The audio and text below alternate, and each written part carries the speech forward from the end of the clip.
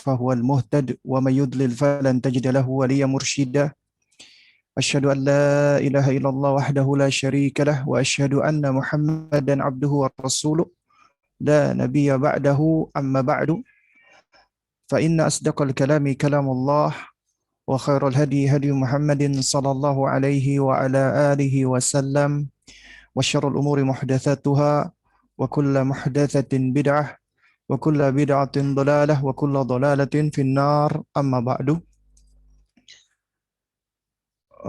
Jamaah sekalian, para akhwat dan para ummahat,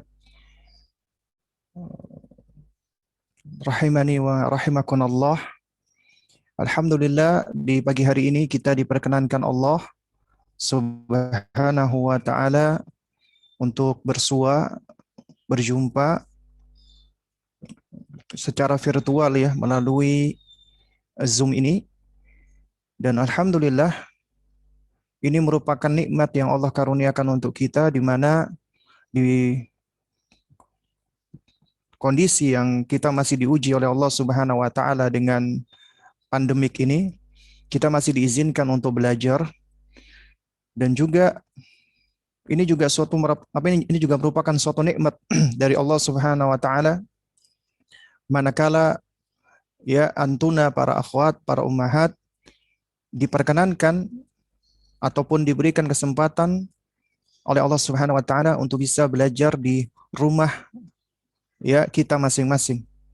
Yang mana kita tahu bahwasanya buyut atau rumah bagi seorang muslimah itu adalah benteng baginya. Yaitu adalah hijabnya dia. Ya. Itu adalah perlindungan untuknya. Nah, oleh karena itu makanya Allah Subhanahu wa taala berfirman, iya lagi Zoom ini. Mengatakan waqarna fi buyutikunna, hendaknya ya wanita-wanita itu mereka menetap di dalam rumah-rumah mereka. Ini menunjukkan bahwasanya rumah adalah tempat yang paling utama bagi wanita. Bahkan untuk sholat berjamaah saja yang kita tahu, pahala sholat berjamaah di masjid itu 27 kali lipat dibandingkan sholat di rumah. Tapi Rasulullah SAW memberikan pengecualian untuk wanita. Dikatakan bahwasanya wanita lebih utama sholat di dalam rumahnya, meskipun diperbolehkan bagi wanita sholat di masjid. Jadi di antara hikmah pandemik saat ini adalah ya antuna semua dapat tetap terus belajar meskipun di dalam rumah antuna semua. Insyaallah taala di pagi hari ini ya, ini adalah daurah kita yang pertama, daurah muslimah. Ya, kita akan membahas tentang kiat-kiat. Kalau di flyernya judulnya merebut hati suami. Cuman saya ganti ya, yaitu memikat atau menarik hati suami. Karena menurut saya kayaknya kurang tepat ya kalau dikatakan kiat merebut hati suami.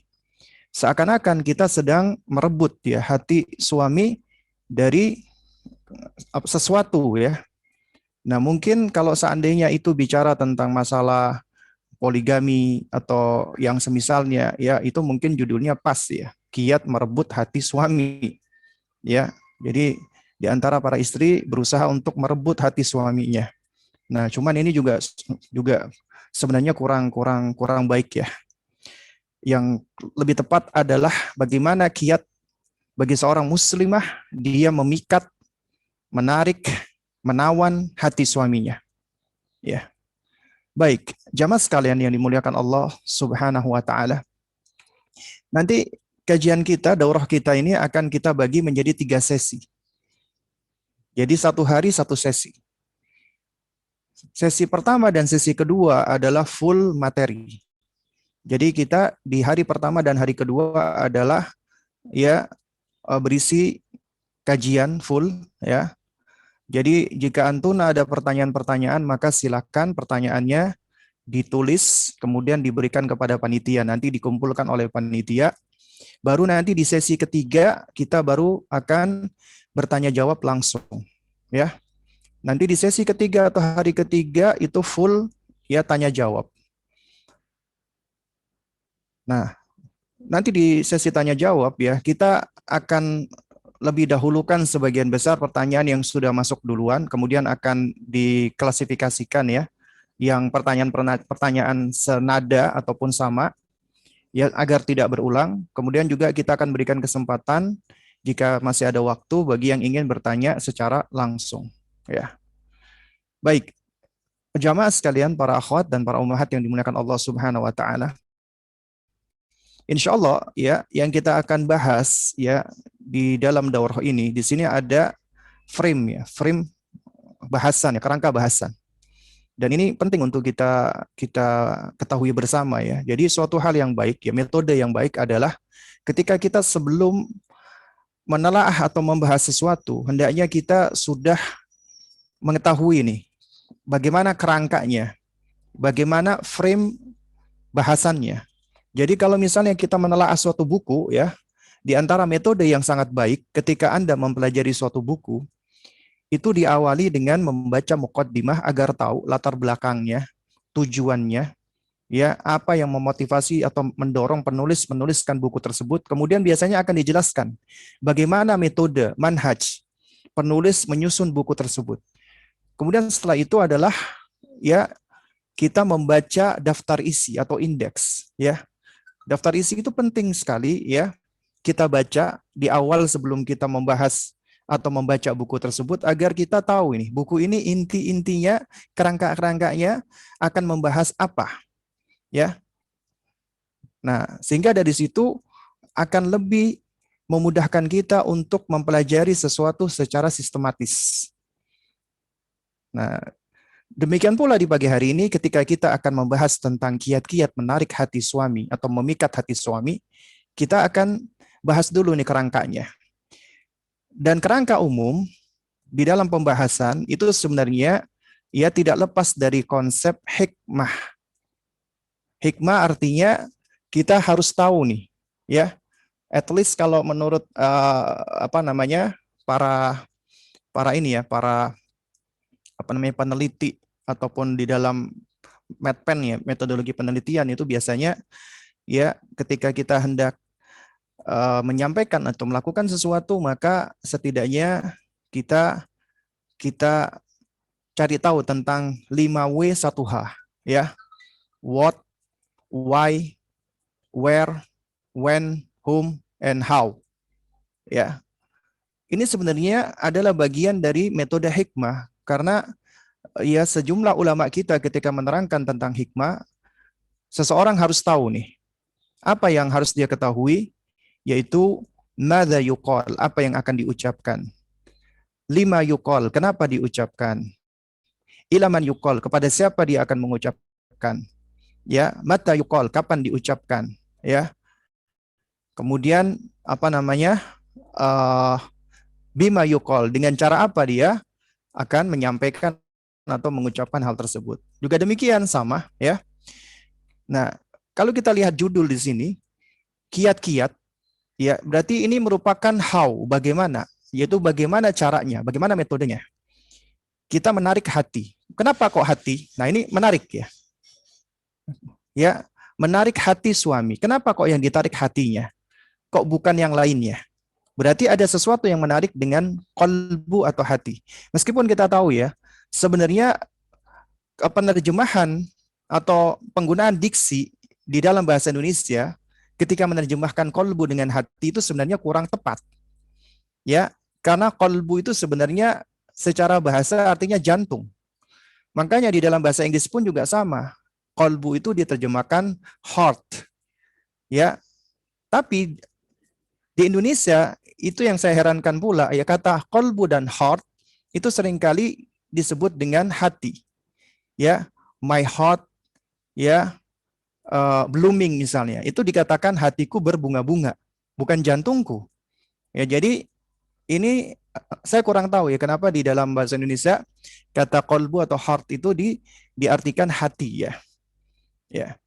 Nah, cuman ya dikarenakan ini suatu hal yang sudah umum, ya jadi saya mempergunakan ya diksi yang memang umum lazim yaitu hati. Ya, karena kalau disebutkan jantung kan aneh jadinya, kiat-kiat menarik jantung suami. Jadinya aneh. Nah, jadi ketika dikatakan hati berarti kita sudah paham yang dimaksud hati itu seperti apa gitu loh. Nah, jadi para akhwat dan para ummahat yang dimuliakan Allah Subhanahu wa taala.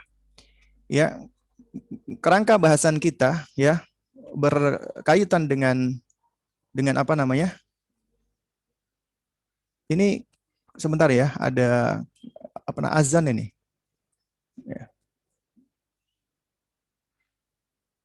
sebentar. Ini ada aplikasi kayaknya yang apa delay ya. Ini seharusnya azan subuh namun apa namanya bunyi ini. Mudah-mudahan tidak apa keluar ya, mudah-mudahan ya. Mudah-mudahan tidak terdengar ya. Baik, kita lanjutkan saja. Baik, jamaah sekalian yang dimuliakan Allah Subhanahu wa taala ya. Nah, yang pertama perlu kita bahas dulu ya, madza wal qalbu, apa itu hati? Ya, apa yang dimaksud dengan hati? Nah, ini perlu kita ketahui dulu. Makanya ketika kita mendapatkan suatu istilah, mustalah ya atau suatu terma atau terminologi, kita perlu ini namanya tahrirul mustalah. Cari tahu dulu ya. Kita cari tahu dulu tentang ya apa namanya makna atau definisi dari istilah tersebut. Kenapa? Agar kita ngerti dulu supaya yang disampaikan oleh seorang pembicara ketika menyebutkan suatu istilah itu sama persepsinya dengan yang dipahami oleh apa pendengar ya. Nah, ketika kita bicara tentang kolbu, ini memang bahasanya cukup panjang sekali. Bahasanya cukup luas sekali ya, dan ini juga menjadi apa bahasan yang cukup detail ya, dan juga banyak khilaf di antara para ulama kita ya.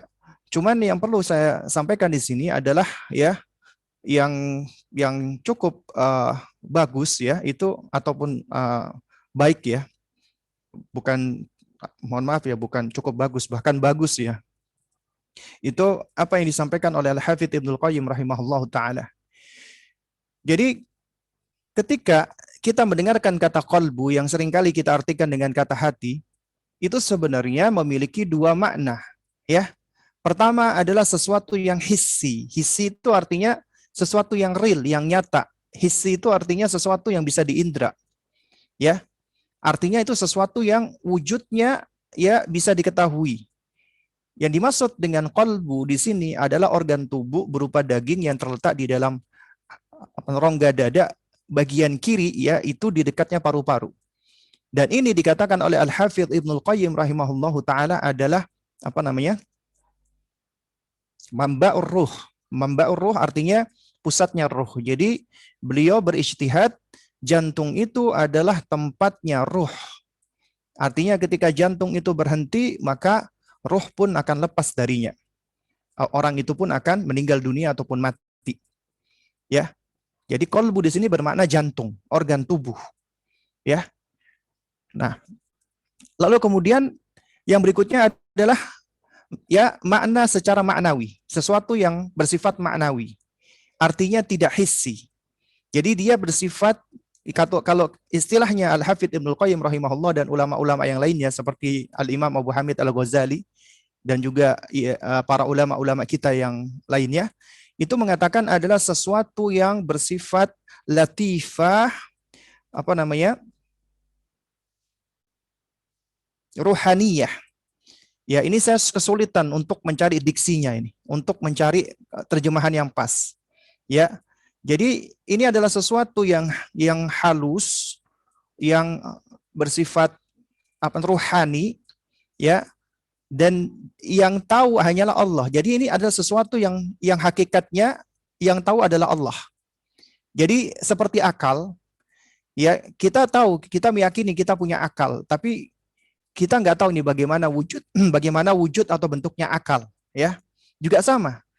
Yang dimaksud dengan qalbu di sini adalah seperti itu ya. Dan kata para ulama ya apa namanya, makna secara maknawi ini ya.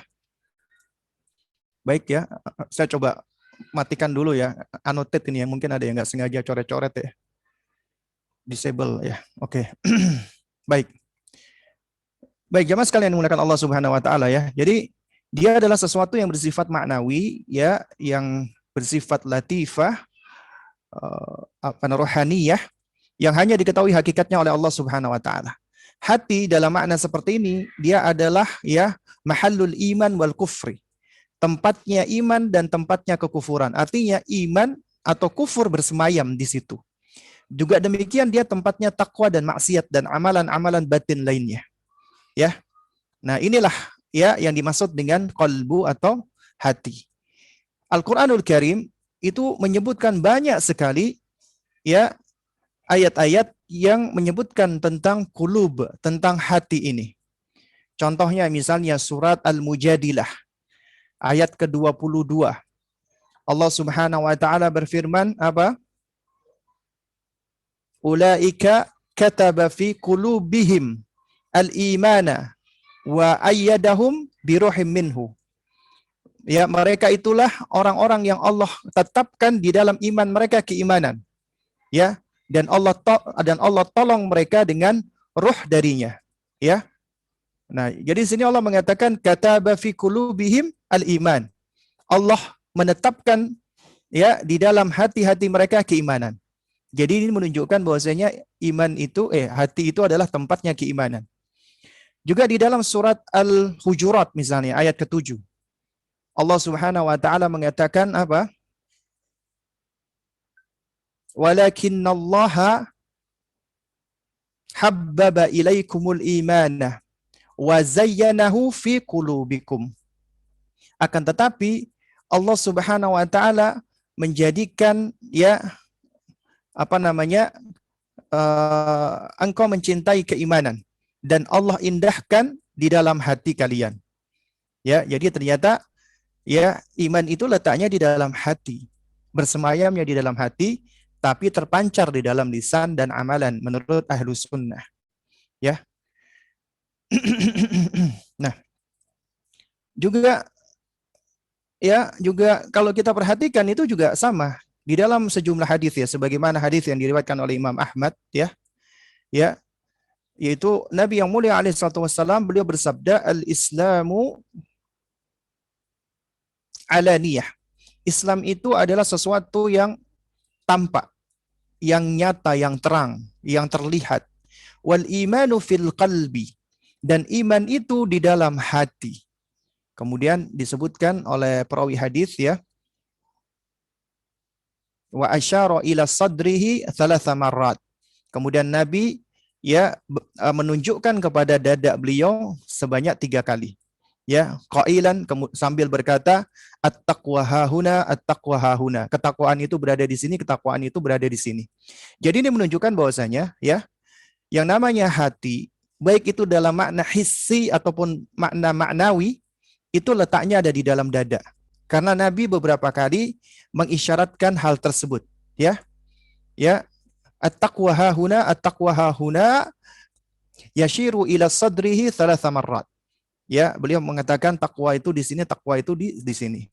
Juga di dalam hadis Nabi yang lain, ya, Nabi SAW beliau pernah bersabda, ala inna fil jasadi mudghah, idza saluhat saluhal jasadu kullu, wa idza fasadat fasadal jasadu kullu, ala wahiyal qalbu. Ya, ketahuilah bahwasanya sesungguhnya di dalam jasad itu ada segumpal daging. Nah, yang dimaksud di sini adalah tentunya adalah jantung, ya. Nah, apabila jantung itu baik, hati itu baik, maka akan baik seluruh anggota tubuhnya. Apabila rusak, maka akan rusak pula seluruh anggota tubuhnya. Ala wahiyal qalbu. Ketahuilah bahwasanya segumpal daging itu adalah qalbu, ya. Baik.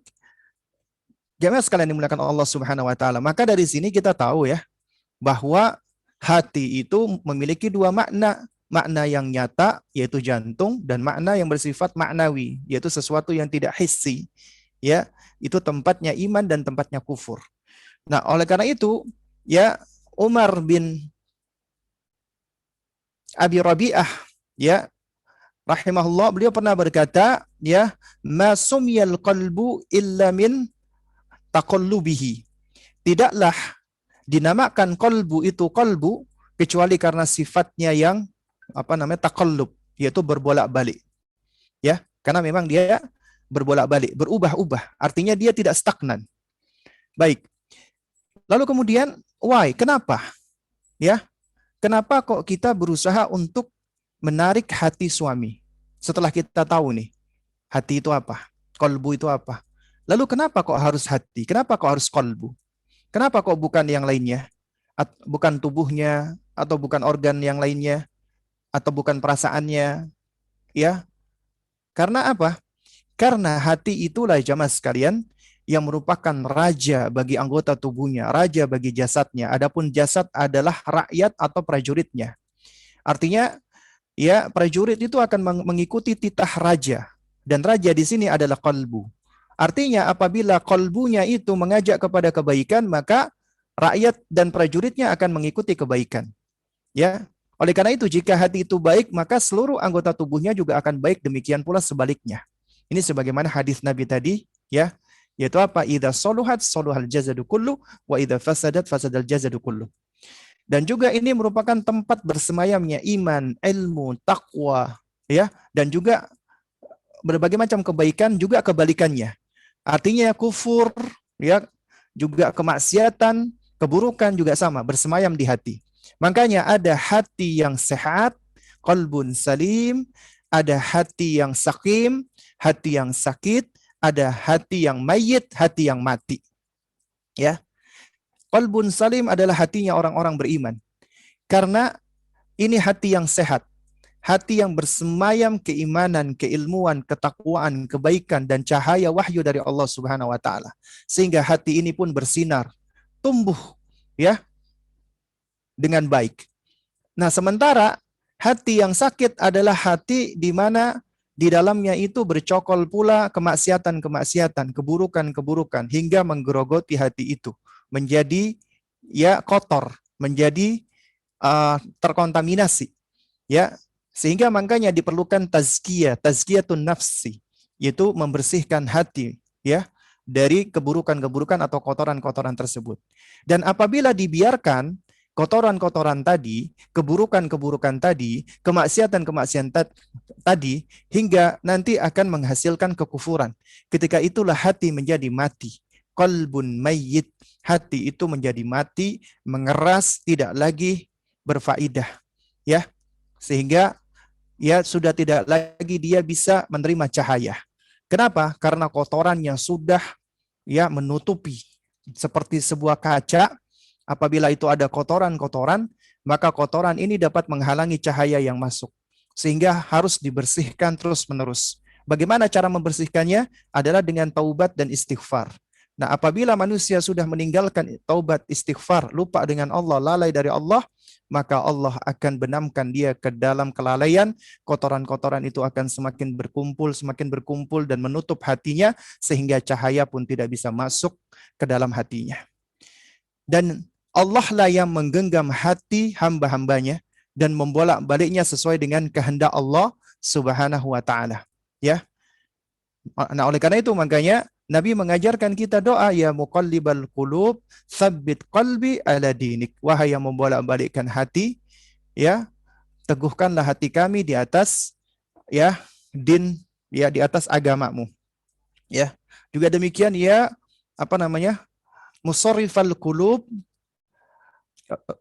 sarif qalbi ala ta'atik. Ya, wahai yang yang sama kurang lebih maknanya, wahai yang membolak-balikkan hati, ya, teguhkanlah hati kami, arahkanlah hati kami ke dalam ketaatan. Nah, karena itu apabila seseorang dia bisa menarik hati suaminya, ya, berarti hatinya itu pun akan condong dan cenderung. Kenapa? Karena di hati itulah bercokol yang namanya rasa cinta, rasa sayang. Karena cinta, sayang ini adalah merupakan bagian dari amalan hati yang akan terpancar di dalam lisan dan perbuatan. Karena siapa yang bisa menggait, menarik, memikat hati, maka dia akan lebih mudah untuk apa? Untuk menunjukkan kasih sayang, kecintaan, ya, pada yang dia cintai tadi. Lalu kemudian liman, untuk siapa kita melakukan hal ini? Yaitu tentunya untuk suami kita, untuk our husband, ya. Ini sudah jelas. Lalu kemudian mata wa aina, when and where, ya ini sebenarnya kaitannya juga sama dengan ya how, bimadza. Bagaimana cara kita menarik hati suami? Nah, ini yang kita pelajari. Ya, yaitu kiat-kiatnya. Bagaimana kiat-kiat agar kita bisa memikat hati suami kita. Jadi kita belajarnya tentang how di sini. Tapi sebelum how, ya, siapapun yang ingin ya beranjak untuk melakukan sesuatu, ya, metode, cara, thoriqah itu nggak akan lepas dengan yang namanya kaidah, prinsip, usul, dan pijakan-pijakan. Karena itu ya jamaah sekalian, para akhwat dan para ummahat yang dimuliakan Allah, ya, Anda akan kesulitan untuk melakukan, ya, untuk melaksanakan ya cara-cara atau kiat-kiat, misalnya menarik hati suami, apabila Anda tidak tahu pijakan-pijakannya. Anda tidak tahu ya kaidah-kaidahnya atau prinsip-prinsipnya. Karena itu makanya kita harus tahu nih, harus tahu pijakannya sebelum melangkah. Karena kita hendak melangkah di sini. Kita hendak melakukan sesuatu, dan sebelum melakukan sesuatu kita harus meletakkan pijakan atau tahu pijakannya. Inilah yang dimaksud dengan al-ilmu qabla al-qauli wal amal. Ya, qaul wal amal, ucapan dan perkataan itu adalah amalan. Amalan ini harus berpijak kepada ilmu, ya. Nah, sehingga ya supaya kita bisa melakukan apa yang kita inginkan, kita harus memiliki ilmunya. Ya, dan ilmu ini adalah pijakan yang paling mendasar. Oleh karena itu di sesi pertama ini kita akan bicara dulu tentang pijakan-pijakannya. Baru besok kita akan berbicara tentang how to-nya, bagaimana kiat-kiatnya. Itu nanti berangkat dari pijakan. Anda memahami pijakan, insya Allah akan lebih mudah mengembangkan how to-nya, tips kiat ya dan cara-caranya. Tapi biasanya orang yang hanya berkutat pada langsung kiat-kiat tanpa tahu pijakannya, itu biasanya akan terjadi salah kaprah. Ya, biasanya seperti itu. Umumnya seperti itu. Baik. Pijakan pertama yang ingin saya sampaikan di sini adalah Anda hendak ya menggait, menarik, memikat hati. Kita tahu tadi di konsep pertama, hati itu digenggam oleh Allah Azza wa Jalla, Allah yang membolak-balikkan hati. Artinya, kita itu sebenarnya tidak bisa merubah hati orang. Hanya Allah yang bisa merubah hati orang. Tapi kita bisa mencari sebab-sebab agar ya hati itu bisa tertarik, terpikat dengan diri kita. Sehingga kita harus tahu bagaimana sifat-sifat hati itu. Dan hati itu adalah makhluk ciptaan Allah. Dan kita nggak akan bisa mengetahui makhluk sebelum kita mengenal penciptanya. Oleh karena itu pijakan pertama adalah kenali pencipta. Ma'rifatullah. Ini poin paling mendasar dari segala hal. Ya, yaitu kenali dulu pencipta kita. Kenali dulu Allah Subhanahu wa taala. Ma'rifatullah. Inilah ilmu tauhid, inilah ilmu akidah, dan Anda tidak akan bisa memahami ya makhluk termasuk diri Anda, apalagi orang lain, apabila Anda tidak mengenal pencipta Anda. Ya. Nah, oleh karena itu alangkah benarnya ya ucapan yang disandarkan kepada Al-Imam Yahya bin Mu'adz ya bahwasanya man arafa rabbahu faqad arafa nafsahu. Siapa yang mengenal Rabbnya, maka dia akan semakin mengenal dirinya. Apa maksudnya?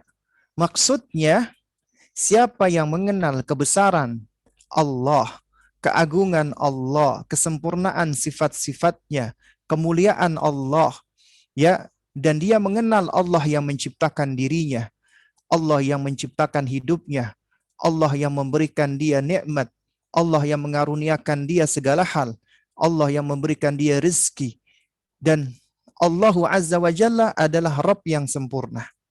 Ya, hal ini akan apa? Akan membuahkan bahwasanya dirinya itu makhluk butuh kepada Allah. Iftikar. Ya, butuh kepada Allah. Dan ini menyadarkan dirinya bahwasanya dirinya itu adalah hamba yang lemah, hamba yang rendah, hamba yang hina, butuh kepada Allah. Karena apabila seseorang dia menghinakan dirinya, merendahkan dirinya, tunduk patuh kepada penciptanya, itulah kemuliaan. Dan itu yang akan memuliakan dirinya, itu yang akan mengangkat dirinya, dan itu yang akan lebih mengenalkan ya tentang dirinya sendiri. Ya, sehingga ketika dia semakin mengenal penciptanya, akan semakin dia mencintai penciptanya. Hal ini tentunya akan membuahkan rasa cinta, pengagungan, ta'zim, syukur dan ubudiyah. Dan ketika seseorang dia tahu, ya, dia faham, dia ngerti, dia yakin, ya, bahwasanya ya eksistensi dan wujud keberadaan dirinya di muka bumi ini tidak lain dan tidak bukan adalah dalam rangka untuk mencari keridhaan dan kecintaan Rabb-Nya. Maka itulah ibadah sebagaimana kata Syekhul Islam Ibnu Taimiyah rahimahullahu taala, yang namanya ibadah adalah ismun jami'un likulli ma yuhibbuhullahu wa yardha minal aqwali wal af'al zahiratan wa batinatan. Ya, yaitu suatu sebutan yang komprehensif yang mencakup semua apa yang Allah Subhanahu wa taala ridhoi, apa yang Allah Subhanahu wa taala cintai, baik itu ucapan ataupun perbuatan kita yang zahir ataupun yang batin. Jadi hal ini yang menyebabkan kita tahu nih, ya, kita sadar diri nih, kita tahu nih bahwasanya ya dengan mengenal pencipta kita maka kita akan semakin mengenal diri kita, ya. Dan oleh karena itu ini mengharuskan kita untuk belajar akidah dan tauhid. Nah, dan dikarenakan ini adalah bahasannya sudah banyak ya dan sudah sering ya, maksudnya bahasan tentang akidah, tentang tauhid. Ya, ini juga sudah banyak disampaikan oleh kawan-kawan kita ataupun juga guru-guru kita. Maka di sini saya nasihatkan kepada Antuna untuk belajar pertama kali tentang masalah akidah dan tauhid. Karena semakin Anda mengenal, ya khususnya ya Anda tahu haknya Allah Subhanahu wa taala, Anda tunaikan haknya Allah, maka Allah akan memberikan hak Anda, ya. Allah akan menolong Anda. Inilah yang termaktub di dalam firman Allah, ya, yang mana ini yang 17 kali dalam sehari kita ucapkan, iyyaka na'budu wa iyyaka nasta'in. Hanya kepadamu ya Allah kami beribadah dan hanya kepadamu kami memohon pertolongan, ya. Dan di dalam hadis qudsi Allah mengatakan, hadza baini wa baina abdi. Ya, ini adalah untukku, antaraku dengan antara hambaku. Iyyaka na'budu hadzali, ini adalah untukku karena ibadah adalah untuk Allah, ya. Adapun iyyaka nasta'in hadzali abdi, ini adalah untuk hambaku. Kemudian kata Allah Subhanahu wa taala, wali abdi mas'alah, dan bagi hambaku apa yang ia pinta Allah akan berikan, ya. Nah, lalu kemudian pijakan kedua ini yang akan kita bahas lebih panjang pada kesempatan ini, ya. Karena ini berkaitan dengan pijakan pertama, yaitu apa? Ma'rifatun nafsi maksud saya. Ya, atau ma'rifatuz zat, mengenal diri kita sendiri. Ya. Dan ini adalah kalimat yang sebenarnya sangat berkaitan sama yang tadi, yaitu man arafa nafsahu arafa rabbahu. Siapa yang mengenal dirinya maka dia akan semakin mengenal kebesaran Rabb-nya, Allah Subhanahu wa taala. Artinya adalah yakni arafa huwaitahu wa arafa daurahu wa arafa, ya, apa namanya, kainunatahu wa arafa wujudahu wa arafa min aina wa fi aina wa ila aina. Karena orang yang mengenal dirinya dia akan semakin mengenal Rabb-nya, artinya dia akan mengenal huwaitahu, identitas dirinya. Dia juga akan mengenal daurahu, perannya dia. Apa perannya dia? Ketika Allah ciptakan di muka bumi ini, dia akhirnya tahu perannya apa di muka bumi ini. Ya, wa arafa apa namanya? Kanu, ya, afwan. Kainunatahu, ya. Kainuna itu sebenarnya adalah maknanya being, ya, eksistensi dia, keberadaan dia. Wa wujudahu, dan juga dia akan tahu tentang ya wujudnya dia, keberadaan dia, eksistensi dia itu untuk apa di muka bumi ini. Dan kemudian juga nggak kalah penting adalah arafa min aina. Dia akan tahu min aina, dari mana dia berasal. Setelah dia tahu, Allah kasih tahu di dalam Al-Qur'an, ya, di dalam sejumlah ayat, intinya adalah manusia diciptakan apa? mimma immahin, dari air yang hina. Ya, dari air yang hina. Kenapa dikatakan hina? Karena keluar dari tempat yang hina, dalam tanda kutip ya. Yaitu tempatnya asalnya keluar kotoran. Ya, sehingga ketika kita tahu kita berasal dari air yang hina, air mani yang hina, apa yang hendak kita banggakan? Apa yang hendak kita sombongkan? Ya. Padahal kita diciptakan berasal dari air yang hina. Dan ini akan menimbulkan tawadhu kita. Kayak bahwasanya kita adalah makhluk yang tidak sepatutnya menyombongkan diri kita. Ya. Dan ini dikatakan oleh para ulama apa? Tuhaddidu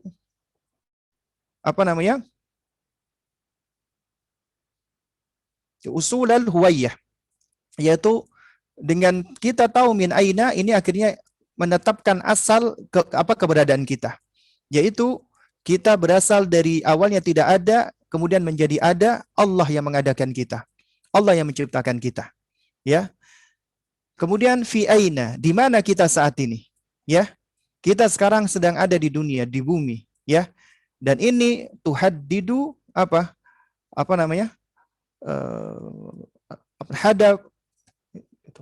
hadafal ubudiyati. Ini menetapkan tujuan ubudiyah. Bahwasanya keberadaan kita di muka bumi ini pasti memiliki tujuan, pasti memiliki misi, pasti memiliki visi. Nggak mungkin kita ada tanpa ada tujuannya. Karena Allah menciptakan kita nggak mungkin hanya main-main saja. Dan Allah jelaskan tujuannya adalah wa ma khalaqtul jinna wal insa illa liya'budun. Yaitu Allah ciptakan jin dan manusia adalah untuk beribadah. Kemudian ternyata kita nggak hanya berhenti sampai di sini. Ya, tidak cuma hidup, makan, ya, kawin, mati, selesai. Tidak. Yaitu kita akan menuju ke negeri selanjutnya. Makanya ini menetapkan ila aina. Hendak kemana kita? Dan ini tuhaddidu masiral huwayyah. Menetapkan destinasi akhir kita. Hendak menuju kemana kita. Alhamdulillah, ya, agama kita, Allah Subhanahu wa Ta'ala dan juga Rasulnya sudah menerangkan kita bahwasanya kita hidup di dunia ini hanya sementara, ya, dan kita ini bagaikan musafir, sebagaimana kata Al-Hafidz Ibnu Qayyim rahimahullahu Ta'ala, yang mana beliau mengatakan bahwasanya al-insanu mundu khuliqa la yazalu musafiran.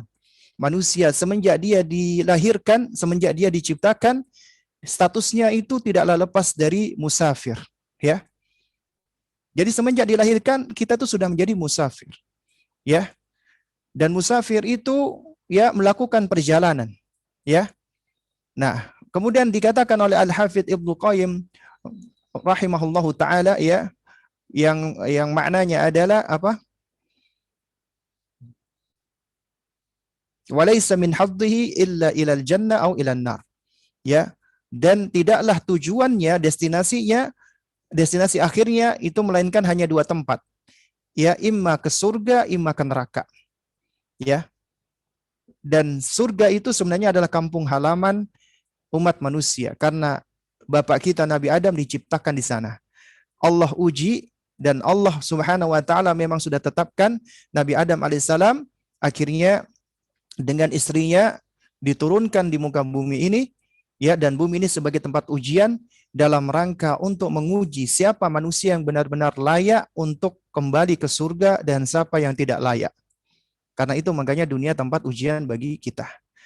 Nah, jadi jamaah sekalian, para akhwat dan para ummahat, ya, dengan mengenal diri kita, kita akan semakin mengenal Rabb kita, kita akan tahu ini tentang, ya, untuk apa kita ada di muka bumi ini.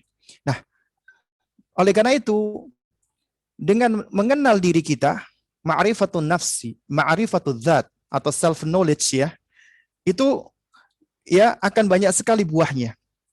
Akan banyak sekali manfaatnya. Yang pertama, ketika kita mengenal diri kita itu akan membuahkan yang namanya self love. Hubbuz dzat, mencintai diri sendiri. Apakah salah itu? Nanti akan kita bahas karena banyak yang salah paham. Dikatakan mencintai diri sendiri itu narsis. Ya, orang-orang narsis atau orang-orang itu ada kesalahan konsep. Padahal hubbuz zat bagian dari tabiat dan watak dan fitrah manusia. Kemudian al-wa'yu az-zati. Dengan kita mengenal diri kita, kita akan lebih self-awareness. Kita akan lebih mawas diri. Kita akan lebih bisa ngerti tentang diri kita sendiri. Ya. Lalu kemudian juga dengan ma'rifatun nafsi, kita akan membuahkan asyafaqah bidzat, self-compassion. Kita akan merasa empati dengan diri kita sendiri. Sayang dengan diri kita sendiri. Compassion dengan diri kita sendiri. Dengan ma'rifatun nafsi juga akan membuahkan qabuluz zat, self-acceptance. Kita menerima tentang diri kita sendiri. Kita nggak akan bisa menerima diri kita sendiri kalau kita nggak mengenal diri kita sendiri. Dan kebanyakan manusia, dia mengalami yang namanya denial, penolakan, secara mental dan psikologis. Itu akhirnya membuat dia menjadi stres, sedih, depresi, bahkan hingga bunuh diri. Waliyadzubillah. Ya. Juga buah dari ma'rifatun nafsi adalah apa? Ar-ri'ayatu az-zatiyah, self-care. Dia akan memperhatikan dirinya sendiri, merawat dirinya sendiri, menjaga dirinya sendiri. Karena dia tahu dirinya ini, semua yang ada di dalam dirinya itu ciptaan Allah. Kembali ke tauhid rububiyah. Tauhid rububiyah adalah mentauhidkan Allah fil khalqi wal mulki au milki wa wa tadbiri, ya. Jadi menetapkan Allah lah yang menciptakan, Allah yang menguasai dan memiliki, dan Allah yang mengatur. Artinya tubuh kita ini dan seluruh yang ada di dalamnya itu adalah ciptaan Allah. Karena Allah yang menciptakan, sejatinya ini milik Allah. Dan di bawah kekuasaan Allah, dan Allah yang mengaturnya. Jadi ini hanya titipan Allah yang harus kita jaga, amanat dari Allah yang harus kita pelihara. Karena itu nggak boleh seseorang mengatakan dengan begitu egoisnya, biarin aja, ini tubuhku sendiri, badanku sendiri.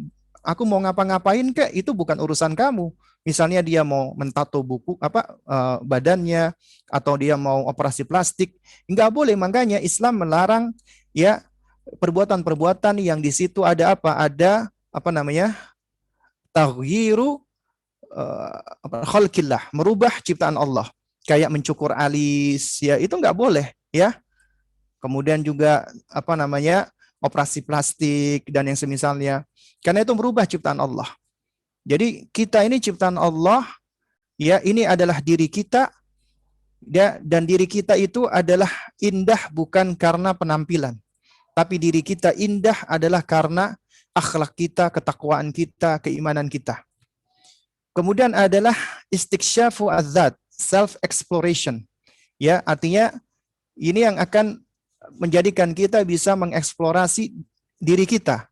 Kita itu memiliki kesenangan, kita memiliki bakat, kita memiliki minat, kita memiliki kelebihan dan seterusnya. Sehingga kita bisa lebih kita bisa lebih fokus untuk mengembangkan kelebihan-kelebihan kita, alih-alih hanya lihat di dalam kekurangan kita. Kemudian juga yang gak kalah penting adalah ma'rifatun nas akan membuahkan at-tamdidu zat, self-extension, yaitu kita akan lebih memperluas cakrawala diri.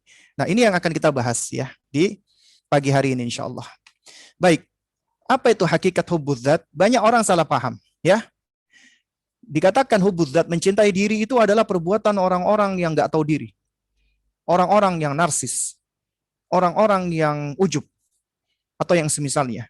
Padahal mencintai diri kita sendiri itu adalah amrun fitri wa tabi'i. Perkara fitrah dan tabiat manusia. Ketika kita mengenal diri kita, tahu tentang self concept diri kita itu diciptakan Allah, Dan kita tahu Allah Subhanahu wa taala menciptakan kita fi ahsani taqwim, dengan begitu sempurnanya. Kita lihat tangan kita yang begitu luar biasanya, kita lihat wajah kita, tubuh kita. Nah, kemudian kita memang harus mencintai apa yang Allah berikan untuk diri kita, sebab ini bagian dari kita bersyukur kepada Allah Subhanahu wa taala. Dan yang namanya mahabbah, mencintai, termasuk mencintai diri, itu harus berawal dari ma'rifah, recognize ourselves, mengenal diri kita sendiri, yaitu self knowledge, ma'rifatun nafs. Kita harus tahu tentang diri kita sendiri. Karena kalau kita nggak kenal dengan diri kita sendiri, bagaimana kita bisa mencintai diri kita sendiri? Bagaimana kita bisa menghargai diri kita sendiri?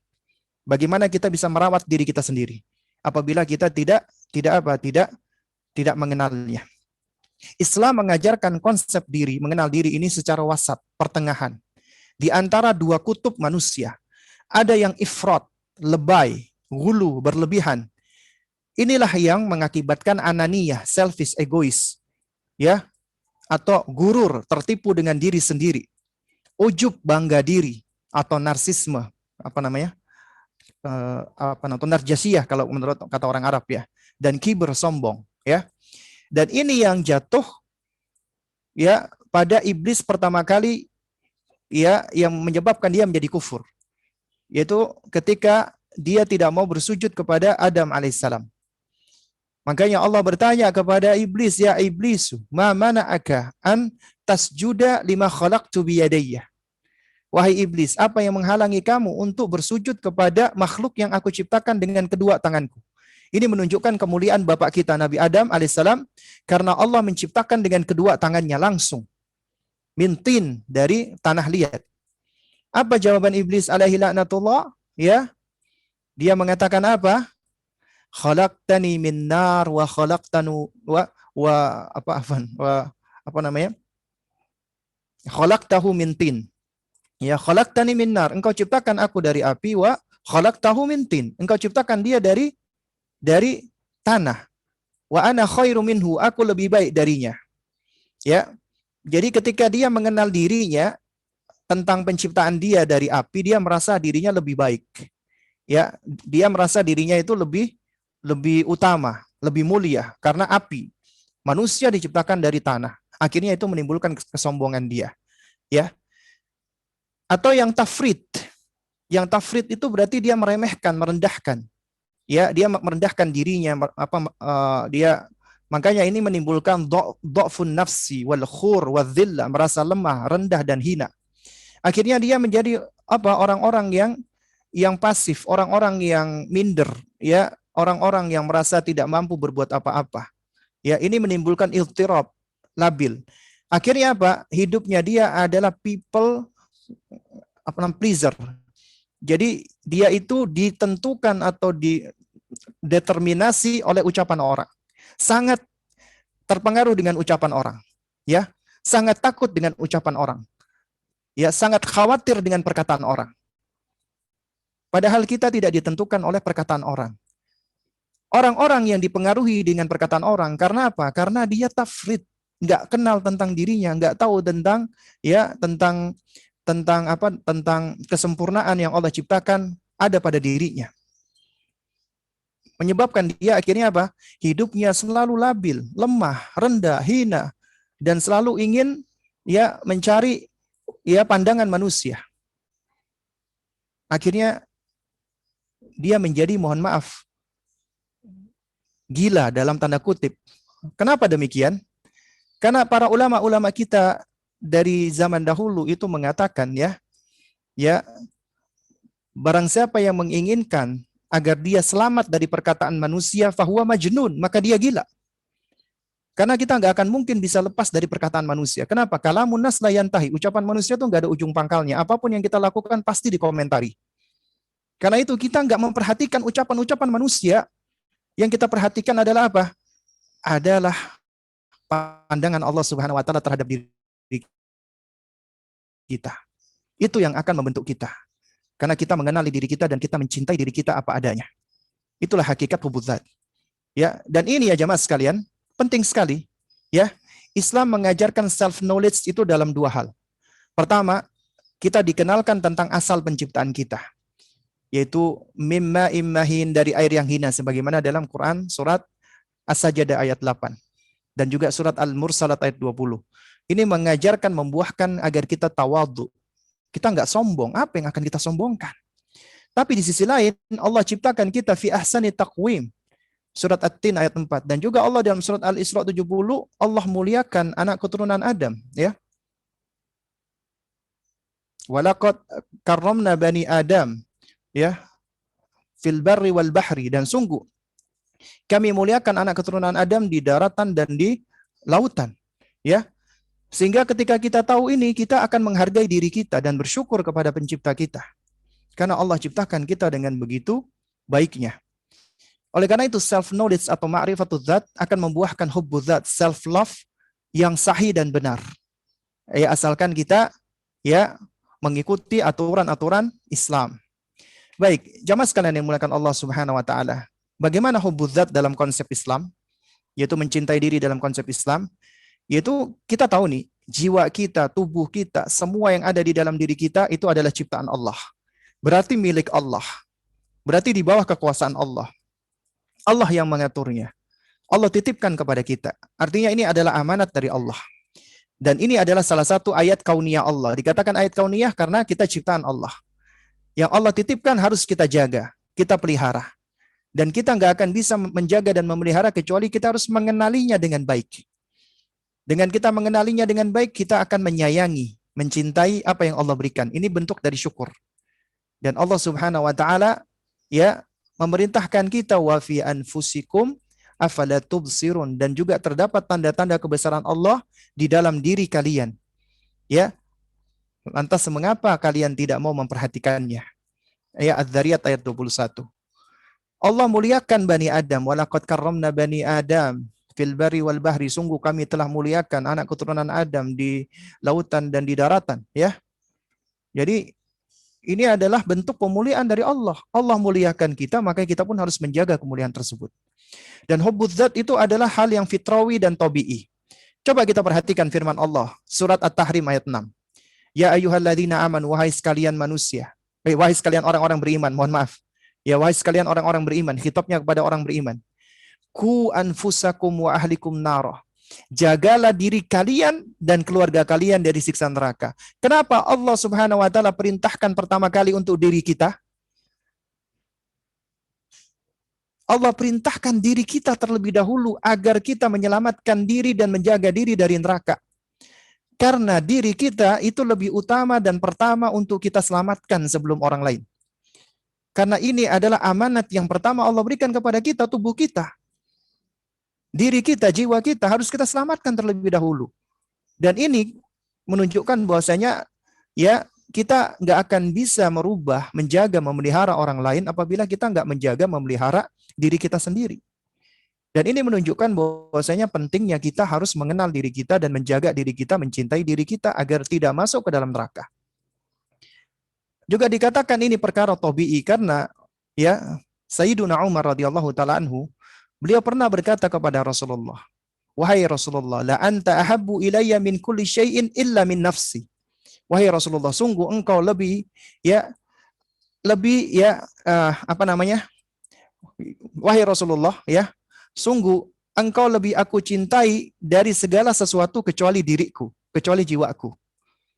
Ya, lalu kemudian diluruskan oleh Rasulullah SAW. Ya, Nabi meluruskan Umar, ya, jadi diajarkan oleh Rasulullah SAW, ya, la walladhi nafsi biyadihi hatta akuna ahabba ilaika min nafsika. Ya, tidak demi Allah wahai Umar, ya, sampai engkau mencintai aku melebihi daripada dirimu. Lalu Umar menjawab, fa innahul an wallahi la anta ahabbu ilayya min nafsi.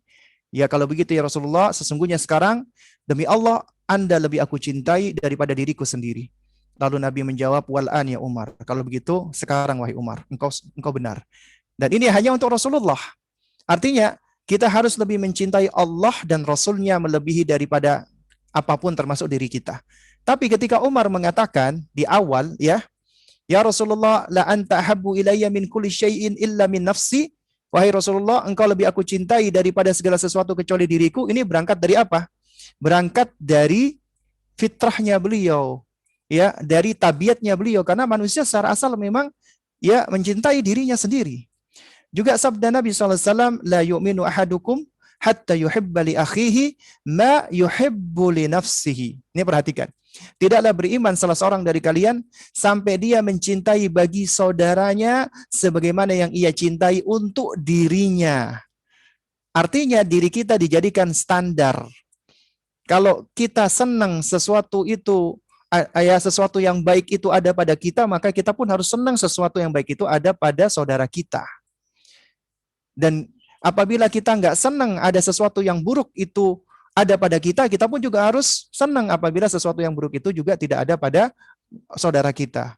Ya, itulah ya konsekuensi daripada keimanan. Ya. Jadi dikatakan mayuhibbu li nafsi. Ya, jadi ini menunjukkan bahwasanya pentingnya kita untuk ya mencintai diri kita. Baik, jamaah sekalian yang dimuliakan Allah Subhanahu wa taala, apa buahnya dari hubbuzat?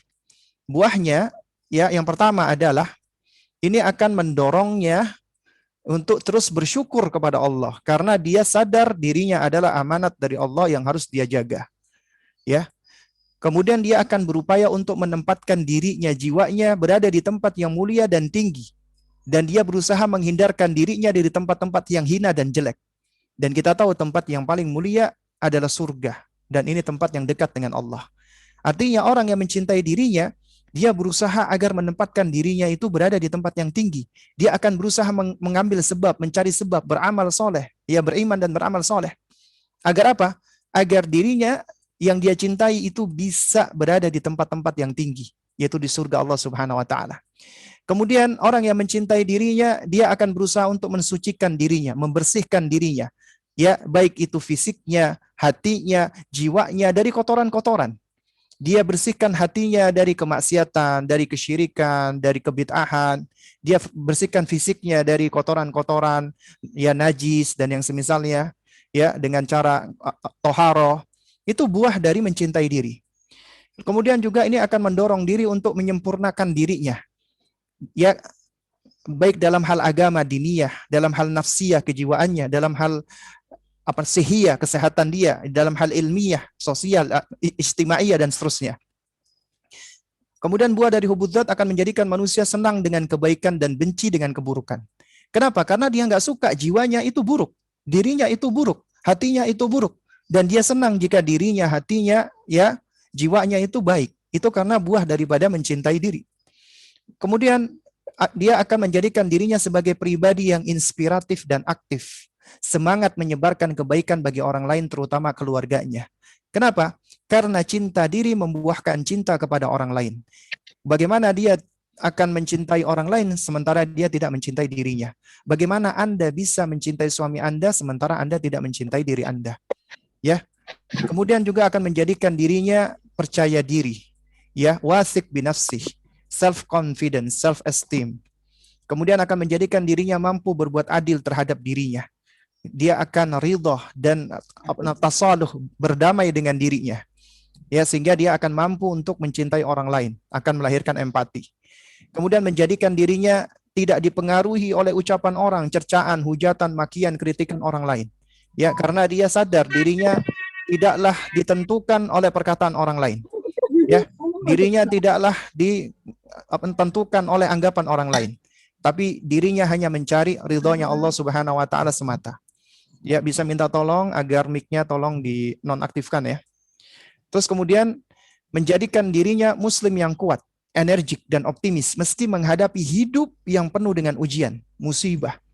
Dia akan menjadi orang yang kuat.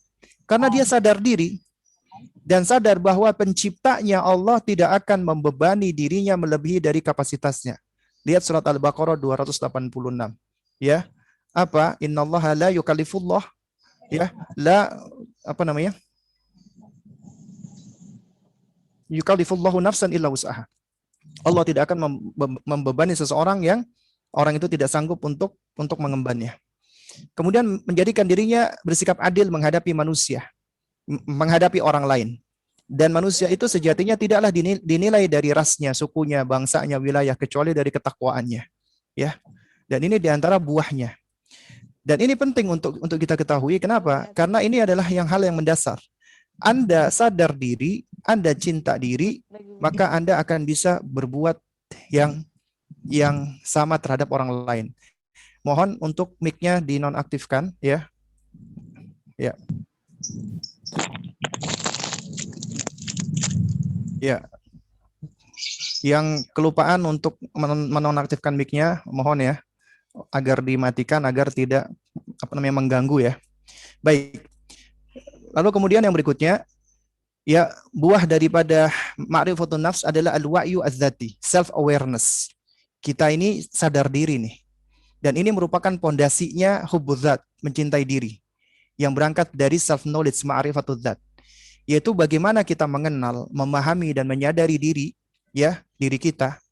Kemudian juga kita bisa menyadari orang lain dan alam semesta. Ini akan mempengaruhi perasaan dan sikap kita yang akan terrefleksikan di hadapan orang-orang di sekitar kita, ya. Dan ini akan menimbulkan akhlak yang baik, karakter yang baik. Sementara di sisi lain, wanita yang clueless, cenderung tidak menghargai dirinya sendiri, ya. Dia akan cenderung tidak menghargai orang lain. Ya, bahkan dia akan mengalami kebingungan demi kebingungan. Dia akan kehilangan arah. Dia nggak tahu untuk apa hidupnya di muka bumi ini. Ya, itu karena apa? Karena dia nggak self awareness. Karena itu untuk membentuk awareness adalah dengan belajar tauhid yang benar. Itu kuncinya. Ma'rifatullah, mengenal Allah. Wa ma'rifatul Rasul, mengenal Rasulullah. Wa ma'rifatu dinil Islam bil adillah, mengenal agama Islam dengan dalil-dalilnya. Maka Anda akan memiliki al-wa'yu az-zati, self awareness. Kemudian asy-syafaqah bidzati, self compassion. Ibaratnya jika mahabbah, cinta itu paketnya, barangnya, maka compassion atau welas asih atau simpati adalah transportasi atau alat yang akan menghantarkan tadi. Ya, yang akan menghantarkan tadi. Jadi self compassion itu maksudnya adalah Anda tetap berbuat baik dan memahami diri Anda ketika Anda menghadapi kegagalan pribadi. Ya. Alih-alih Anda menilai dan mengkritisi diri Anda secara berlebihan atas kekurangan atau kesalahan yang kita lakukan. Ini adalah masalah yang sering kali kita lakukan. Ya. Kita ini manusia, kita ini pasti melakukan kesalahan gitu loh, ya. Kita nggak ada yang sempurna. Nah, ketika kita salah, kita cukup bertaubat kepada Allah, kita menyesal, ya, kita menyesalinya dan kita berazam untuk tidak mengulanginya lagi, ya. Tapi kita nggak perlu berlebihan menghukum diri kita sendiri. Sampai-sampai kita memberikan label, dasar kamu memang orang yang yang ini, yang itu. Jadi artinya kita sampai menghukum diri kita, dan ini yang akan mudah dimasuki syaitan, akhirnya memutuskan harapan kita kepada rahmat Allah. Akhirnya kita pun menjadi putus asa. Ini yang bahaya. Ini kenapa? Buah dari kita tidak syafaqah bidzat. Kita belajar nih dari Allah. Allah itu memiliki sifat rahmah. Makanya Allah diberikan nama Ar-Rahman, Ar-Rahim. Allah itu Maha Rahmah. Allah Maha Pengampun, Al-Ghafur. Allah At-Tawwab, Allah Maha menerima taubat. Ya, karena itu makanya hendaknya kita berusaha untuk bisa self compassion. Orang yang mengenal diri, yang mengenal dirinya sebagai manusia, sadar dirinya tidaklah sempurna. Pasti memiliki kekurangan dan pasti melakukan kesalahan. Kullu bani Adam khata' wa khairul khata'ina tawwabun. Setiap anak keturunan Adam itu pasti bersalah dan bolak-balik melakukan kesalahan. Sebaik-baik yang melakukan kesalahan, dia akan selalu kembali kepada Allah. Nah, sehingga dari sini kita akan belajar untuk mudah memaafkan diri. Tasaluh binafsi. Ya, berdamai dengan diri kita. Ya, karena hal ini akan mengajarkan kita kalau kita mudah memaafkan diri, kita akan mudah memaafkan orang lain. Tapi ini tidak menafikan taubat dan istighfar ya. Jadi jangan disalahpahami. Karena kita ini makhluk ciptaan Ar-Rahman, Ar-Rahim, Al-Ghafur. Ya. Dan secara asal kita mendapatkan rahmat dari Allah. Allah itu merahmati kita, menyayangi kita, sehingga kita pun harus belajar menyayangi diri kita sendiri sebagaimana adanya, sehingga ini pun juga akan mudah bagi kita untuk menyayangi orang di sekitar kita. Ya. Nah, jadi jamaah sekalian yang dimuliakan Allah Subhanahu wa taala. Ya. Dengan kita paham ya tentang self acceptance ini ya. Ya, jadi kita ini akan menjadi pribadi yang terus move on, maju, ya. Kita salah, kita segera bertaubat kepada Allah. Kita keliru, kita segera inabah kepada Allah. Jadi kita nggak akan stuck dalam kondisi seperti itu. Dan ini juga merupakan cara kita untuk meninggalkan inner child yang saat ini yang sedang lagi ngetren bahasannya. Ya, seringkali kita ketika kita misalnya melakukan kesalahan kepada anak kita, kita bentak-bentak, kemudian kita menyesal. Kemudian apa yang kita lakukan? Kita menyalahkan ya inner child kita. Kita menyalahkan orang tua kita. Karena saya dulu dididik seperti itu, karena memang seperti itu, ya sudah, inilah diriku, inilah begini ya. Dan ini adalah apa? Ini adalah ya suatu kesalahan yang apabila tidak segera diputus, siklusnya itu akan selalu berputar. Anak kita pun juga akan mengalami hal yang sama. Maka inilah saatnya kita sendiri yang memutus, ya. Jadi kita pelajari untuk bisa menjadi self compassion. Kemudian baru akan membuahkan qabuluz zat, self acceptance. Self acceptance adalah perkawinan atau fusi dari self awareness plus self compassion. Kita sadar diri dan kita sayang dengan diri kita. Itu akan membuahkan qabuluz zat. Penerimaan diri artinya Anda menerima diri Anda apa adanya. Karena itulah yang Allah berikan kepada Anda. Allah karuniakan kepada Anda. Ya, kelebihannya, kekurangannya, dan Anda tidak sempurna. Apa yang Allah berikan kepada Anda sesuai dengan keadilan Allah, karena Allah Maha Adil. Inilah yang akan membuahkan kita selalu qanaah. Kita bersabar, bersyukur, ridha dengan apapun keputusan Allah Subhanahu wa taala. Sehingga Anda akan sadar dengan kekurangan Anda. Anda tidak akan menghakimi adanya kekurangan-kekurangan Anda, tapi Anda berusaha untuk selalu memperbaikinya. Ya, kita semua memiliki kekurangan. Bukan untuk kita merendahkan diri sendiri, bukan untuk kita menyalahkan, hanya sekedar menyalahkan. Kita pasti salah, tapi bukan hanya sekedar menyalahkan kemudian kita berhenti stuck, tidak. Ya, ataupun kita meremehkan diri kita sendiri, tidak seperti itu. Ya, kita semua memiliki kesalahan bukan untuk sekedar dijudge, tapi untuk diperbaiki, untuk dikoreksi, ya, untuk islahun nafsi, ya. Dan kita semua pasti akan mengalami yang namanya kegagalan demi kegagalan, ya. Karena hidup tidak selamanya akan terus berhasil. Nah, dengan adanya kegagalan ini kita akan belajar untuk terus bisa berjalan, melangkah untuk meraih kesuksesan. Ini adalah kunci ya ketika Anda hendak menghadapi siapapun, termasuk suami Anda. Kalau Anda tidak memiliki hal ini, self acceptance atau qabuluz zat, akan sulit bagi Anda untuk bisa ya untuk bisa interaksi dengan orang lain juga termasuk suami Anda. Kemudian yang nggak kalah penting adalah riayatuz zat, self care, ya, yaitu menjaga dan memelihara diri kita. Allah karuniakan kepada kita ada namanya daruriyatul khams, 5 perkara yang merupakan ya hak kita, yang dijaga oleh agama kita, yang dijaga oleh Allah, yaitu kita punya hak untuk beragama. Kita punya hak untuk dijaga jiwa dan fisik kita. Kita punya hak untuk dijaga akal kita. Kita punya hak untuk dijaga harta kita, dan kita punya hak untuk dijaga nasl keturunan kita. Ini semua dipelihara oleh Islam atau dijaga oleh Islam, ya. Baik, ini sepertinya ada yang belum matiin ini ya, mic ya, karena saya masih mendengar suara gemeresak-gemeresak ya. Ini mohon maaf ya, dikarenakan saya pakai headset, jadi kadang-kadang suara-suara itu memang terdengar keras ya. Jadi agak sedikit ganggu ya.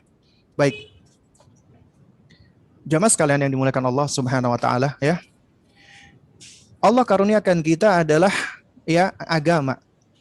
Agama yang tentunya yang hak adalah Islam. Ini fitrah kita yang harus dijaga dan ditumbuhkan. Sehingga ya ini adalah perkara pertama yang harus dijaga, dirawat dan dipelihara. Ya, agama kita. Artinya di sini seseorang harus diberikan kebebasan untuk beribadah. Apabila ya hak ini itu dilarang misalnya oleh suami kita, maka kita boleh untuk menuntutnya, menuntut hak kita, ya. Lalu kemudian jiwa dan fisik itu juga dijaga di dalam agama kita. Artinya kita harus menjaga jiwa dan fisik kita, menjaga kesehatan kita, ya, menjaga tubuh kita, menjaga mental kita dan seterusnya. Ya, diantaranya adalah dengan cukup istirahat, cukup nutrisi, cukup berolahraga. Ini bagian dari ya syukur kita kepada Allah atas ya tubuh yang Allah berikan untuk kita. Dan ini juga penting ya, kita harus menjaga diri kita. Kesehatan itu nikmat dari Allah. Merawat diri juga merupakan cara kita untuk apa? Bersyukur kepada Allah. Apalagi ketika kita merawat diri, kemudian kita mematutkan diri kita di hadapan suami. Itu bahkan akan berpahala. Akal itu juga merupakan bagian dari sesuatu yang dijaga, ya. Akal ini cara menjaganya dengan ilmu, ya. Artinya, ya, menjaga akal dengan ilmu ini menunjukkan bahwasanya ya wanita memiliki hak untuk belajar, menuntut ilmu, tidak boleh dilarang menuntut ilmu. Ya, siapa yang melarang menuntut ilmu maka itu termasuk mengambil hak dan termasuk perbuatan zalim, ya. Kemudian harta, ini mohon maaf ya, ini kelupaan di enter ya. Harta itu juga sesuatu yang apa? Yang harus dijaga. Dijaga dari keharaman dan digunakan untuk kebaikan. Harta yang diperoleh oleh seorang wanita itu diakui secara syarak dan hukum, ya. Itu miliknya dia. Artinya wanita memiliki hak apa kepemilikan yang sama dengan laki-laki atau siapapun itu. Karena itu seorang suami nggak boleh mengambil hartanya wanita tanpa izin. Wanita juga nggak berkewajiban untuk memberikan nafkah. Yang wajib adalah suami. Apabila wanita memberikan hartanya untuk keluarganya, itu jatuhnya sedekah, ya. Kemudian juga nasal, anak. Anak juga adalah sesuatu yang harus dipelihara dan dijaga, dididik dengan baik, ya.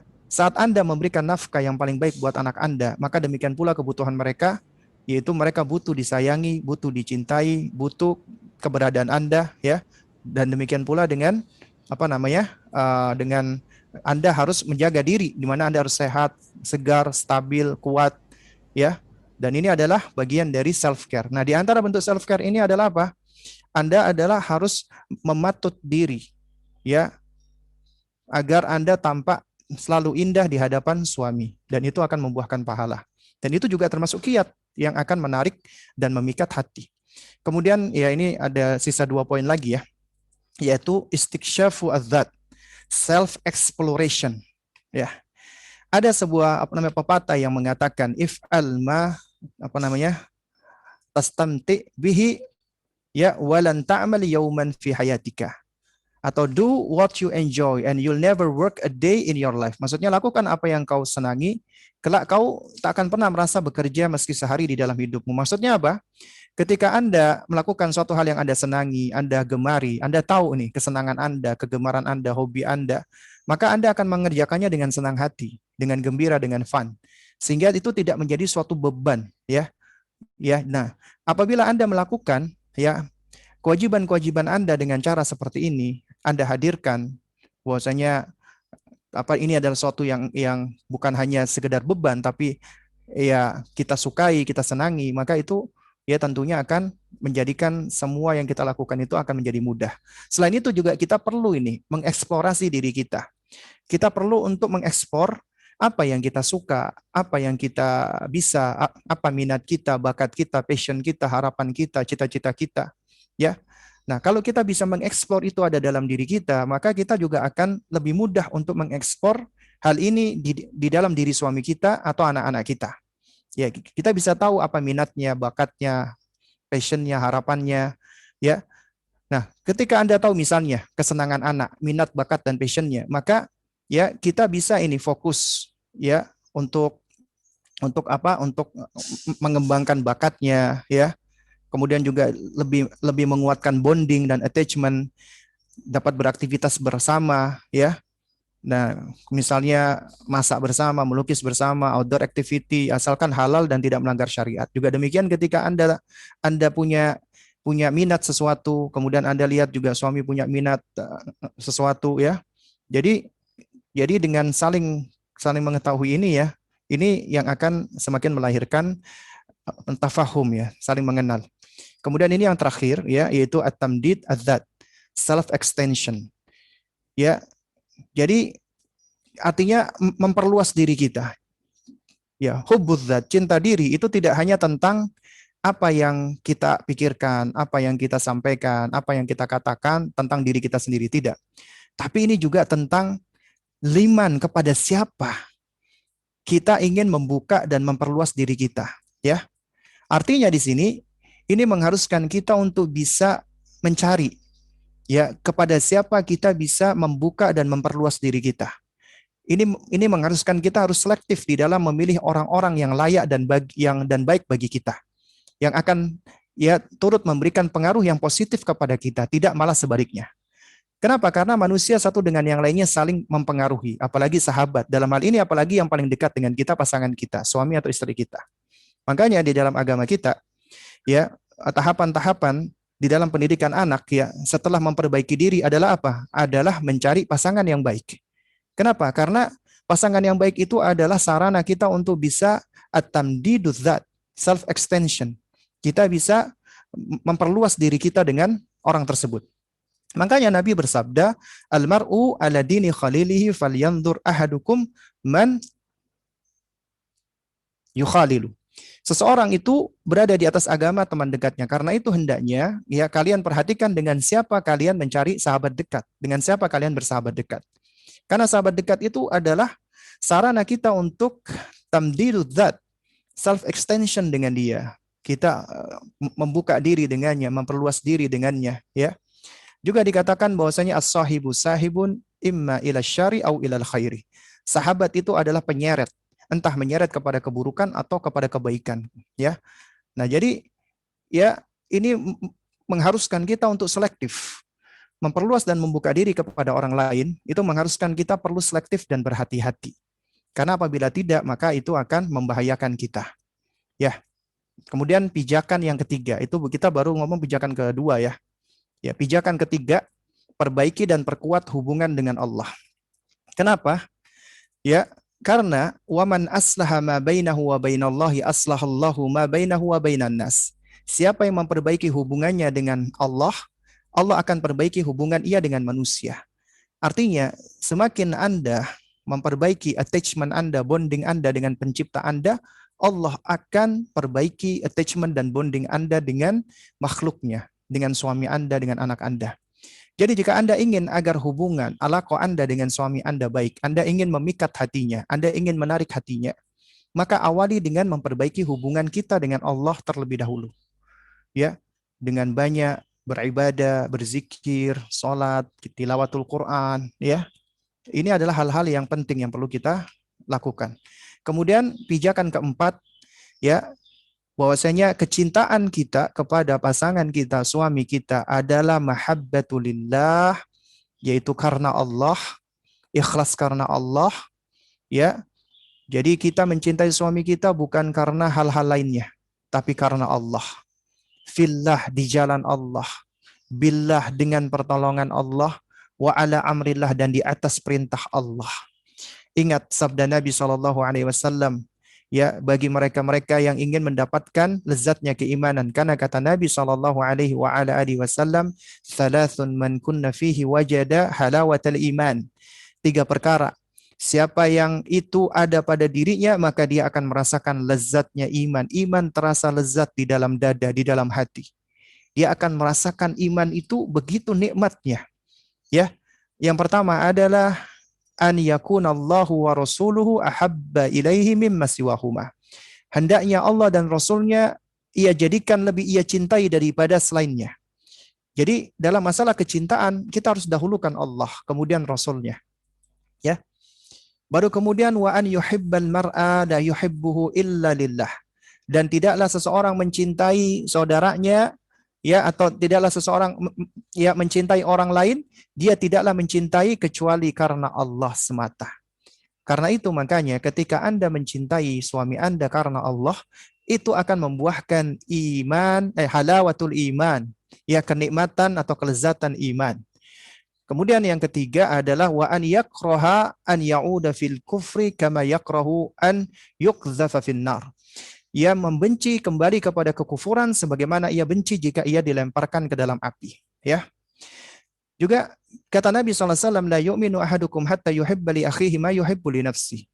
Tidaklah sempurna keimanan salah seorang dari kalian sampai dia mencintai untuk dirinya seperti apa yang dia cintai untuk dirinya sendiri. Ya, artinya ketika Anda merasa senang, Anda mendapatkan hidayah taufik dari Allah, maka Anda pun harus senang ketika ya saudara kita, termasuk suami kita misalnya, itu juga mendapatkan hidayah dan taufik. Kita senang apabila orang memperlakukan kita dengan baik. Maka kita pun juga harus senang ketika suami kita dia diperlakukan dengan baik. Artinya kita juga harus memperlakukan dia dengan cara yang baik, ya. Kemudian pijakan yang berikutnya, kelima, adalah perbaiki dulu hati kita, kolbu kita, batin kita. Maka yang lahir, yang zahir pun akan baik. Ya, artinya sebelum Anda menggait hati orang lain, maka Anda harus perbaiki dulu hati kita, batin kita. Karena man aslaha sariratahu aslahallahu alaniyatahu. Siapa yang memperbaiki batinnya, maksudnya di sini juga hatinya, Allah akan memperbaiki zahirnya, lahirnya. Apabila hati Anda baik, maka ya lahir Anda, zahir Anda akan baik. Apabila hati Anda indah, zahir Anda pun juga akan indah. Beda sama orang yang cuman zahirnya dia dia hiasi, dia percantik, tapi batinnya jelek, itu biasanya hanya menarik sementara di pandangan mata. Setelah tahu kenal, maka dia akan ditinggalkan, ya. Karena apa? Karena ya kecantikan fisiknya tidak diikuti dengan kecantikan hatinya, ya. Nah, oleh karena itu Nabi juga bersabda, ya, innallaha la yanzuru ila suwarikum wa amwalikum, ya, walakin yanzuru ila qulubikum wa amalikum. Sesungguhnya Allah nggak melihat rupa kalian dan harta kalian, tapi yang Allah lihat adalah hati dan amal kalian. Karena itu makanya kita lebih fokus untuk ya memperbaiki dan mempercantik hati kita. Niscaya zahir kita pun juga akan cantik. Makanya dikatakan ya, jamalur ruhi wa safaul qalbi wa husnul ibadati wa jamalul khulqi wal jamalul hakiki. Walaysa jamalul wajhi awil malbasi.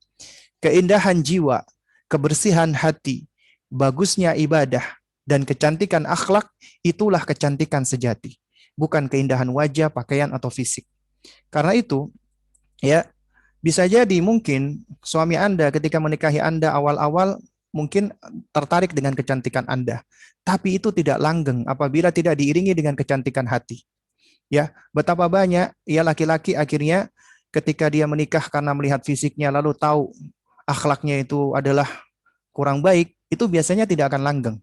Nah, sementara di sisi lain bisa jadi ya seorang laki-laki menikahi wanita yang mungkin tampak dari penampilan fisiknya biasa-biasa saja. Menurut orang lain biasa-biasa saja. Bahkan kadang-kadang sampai ya namanya manusia ya, kan ada yang suka ngerasani kan. Kok mau ya nikah sama perempuan kok biasa-biasa aja, padahal si cowoknya ganteng loh. Kok mau ya sama si akhwat itu atau si perempuan itu, ya. Tapi ya kebanyakan mereka lupa ya bahwasanya si laki-laki ini mungkin dia senang sama wanita ini dan juga langgeng pernikahannya karena kecantikan apa yang ada di dalamnya, ya. Kecantikan hatinya, akhlaknya, perangainya, dia wanita yang sabar, yang paham tentang konsep-konsep yang tadi yang kita jelaskan ini. Ya. Nah, pijakan keenam, fokuslah untuk akhirat. Ini bagian terakhir ya.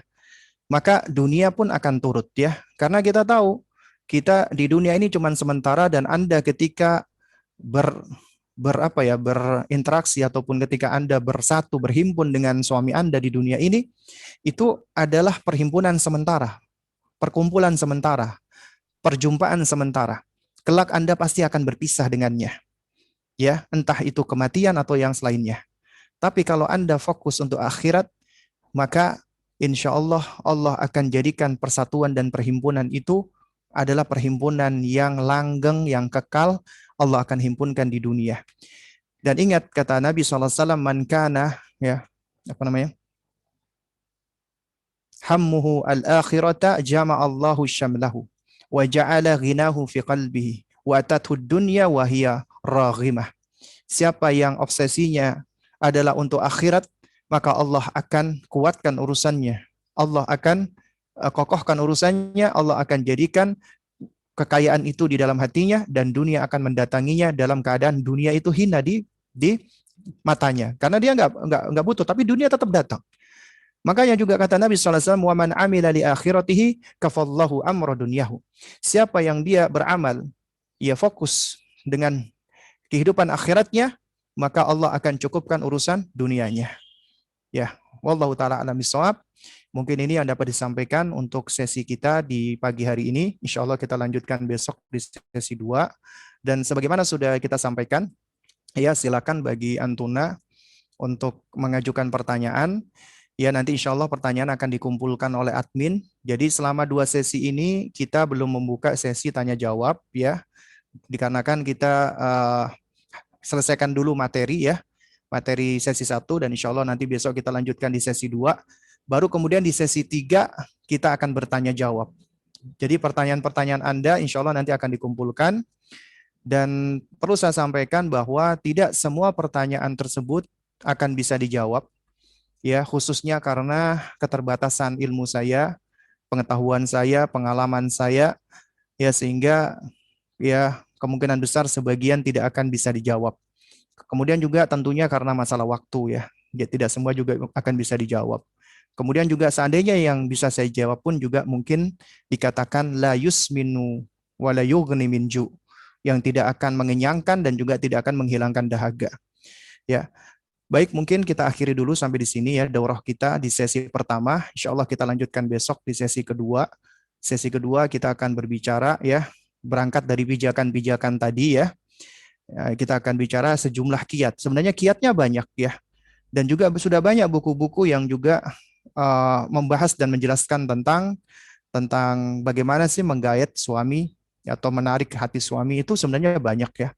Cuman kalau kita tidak memiliki dasar dan pijakan, itu biasanya ya metode-metode tersebut itu akan imma salah sasaran, salah kaprah, atau cuman berefek temporer saja ya. Nah, karena itu makanya yang namanya perubahan itu harus dimulai dari diri kita. Kita ingin menggait hati, maka kita harus memperbaiki dulu hati kita. Hati kita adalah tentunya berada di bawah genggaman Allah. Allah yang membolak-balikan, termasuk juga hati suami kita. Karena itu kita nggak bisa melakukan itu kecuali dengan pertolongan Allah. Dan kita juga nggak akan bisa mengenali bagaimana sifat-sifat hati dan apa yang digandrunginya, ya, kecuali dengan kita berusaha untuk apa? Mempelajarinya. Dan untuk bisa lebih mengetahui ya kita harus lebih mengenal dan mencintai pencipta kita. Kemudian kita baru bisa mengenal diri kita dan apa yang ada di dalam diri kita. Dan kemudian juga ya pijakan-pijakan apa yang bisa kita lakukan ya agar kita bisa melangkah dengan baik ya, karena apa yang kita lakukan ini ya, kiat-kiat ini adalah bagian dari ikhtiar. Namanya ikhtiar itu hanyalah ya usaha. Tapi inilah yang dilihat oleh Allah. Allah hanya melihat usaha. Allah hanya melihat ikhtiar. Tidak dilihat hasil. Karena hasil berada di tangan Allah. Jadi yang akan dihisap oleh Allah adalah upaya kita, amal kita. Ya, bukan hasilnya. Hasil ada di tangan Allah. Selama kita sudah berusaha ya, dan asalkan usaha kita itu adalah ikhlas karena Allah dan juga berada di atas tuntunan syariat agama kita, maka insya Allah mudah-mudahan Allah akan ya berikan yang paling baik untuk diri kita. Baik, mungkin ini yang dapat saya sampaikan untuk kesempatan kita di pagi hari ini. Dan mohon kesabarannya bagi yang ingin bertanya, nanti insya Allah akan kita buka di sesi ketiga. Ya, baik, kita akhiri majelis kita di pagi hari ini dengan kafaratul majelis. Subhanakallahumma wa bihamdik, asyhadu an la ilaha illa anta astaghfiruka wa atubu ilaik. Wassalamualaikum warahmatullahi wabarakatuh.